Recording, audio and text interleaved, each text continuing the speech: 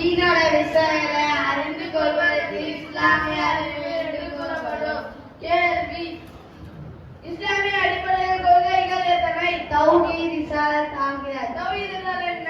அல்லாஹ்வில் ஒருவனை நம்புவது தௌஹீத் என்று சொல்லப்படும். ரிசாலத்தின் ஜனாசாவை மலக்குகள் முன்காட்டினார்கள். ஹஜ்ரத் அன்வர் என்பவர் ஜனாசாவை மலக்குகிறார்கள். எந்த சஹாபிக்கு இறைத்தூதரின் நபிகள் என்று கூறப்படும்? ஹஜ்ரத் ஹஸ்ஸான் இப்னு சாபித் அவர்கள் இறைத்தூதர் கபிலர் என்று கூறப்படும். எந்த சமுதாயத்தின் நம்பிக்கைக்குரியவன் என்று நபி ஸல்லல்லாஹு அலைஹி வஸல்லம் அறிவித்தார்கள்? ஹஜ்ரத் அபூ உபைதா இப்னு ஜர்ராஹ் அவர்கள்.